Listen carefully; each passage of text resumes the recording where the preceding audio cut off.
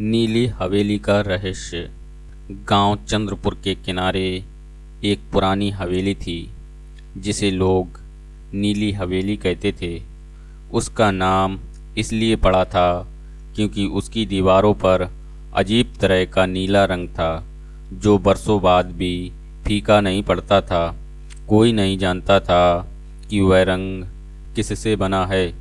गांव के लोग उस हवेली के पास जाने से डरते थे।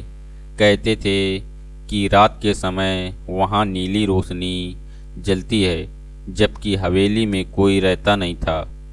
अर्जुन एक पत्रकार था जो रहस्यमय जगहों पर लेख लिखता था। जब उसने नीली हवेली के बारे में सुना तो उसे लगा कि यह सिर्फ अंधविश्वास होगा। एक शाम कैमरा और डायरी लेकर हवेली की ओर चल पड़ा। हवेली के पास पहुंचते ही उसे अजीब सी ठंडक महसूस हुई। मुख्य दरवाज़ा बिना ताले के था, मानो किसी का इंतजार कर रहा हो। अंदर कदम रखते ही दरवाज़ा अपने आप बंद हो गया।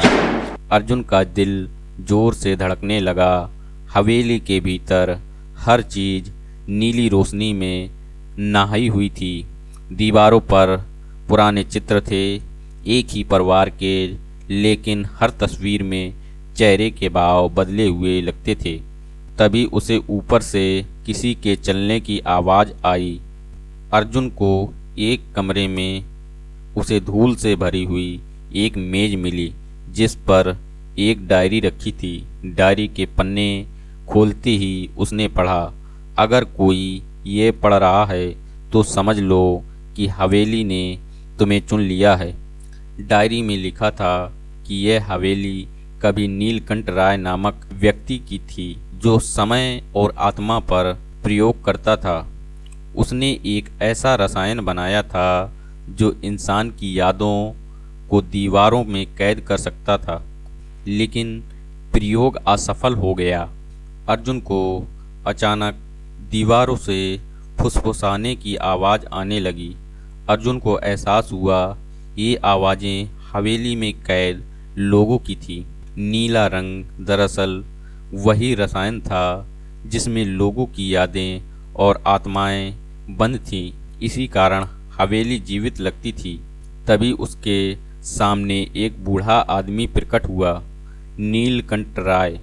नीलकंठ राय ने अर्जुन से कहा, तुम यहाँ से जा सकते हो, लेकिन हवेली को आज़ाद कराना होगा। डायरी में लिखा था कि अगर हवेली के नीचे बने तहखाने में रखे रसायन को नष्ट कर दिया जाए तो सभी आत्माएं मुक्त हो जाएंगी, लेकिन जो ऐसा करेगा वह खुद हवेली का हिस्सा बन जाएगा। अर्जुन ने एक पल सोचा, फिर कैमरा ज़मीन पर रख कर उसने रसायन को आग लगा दी। अगली सुबह गांव वालों ने देखा अब नीली हवेली साधारण खंडहर बन चुकी थी।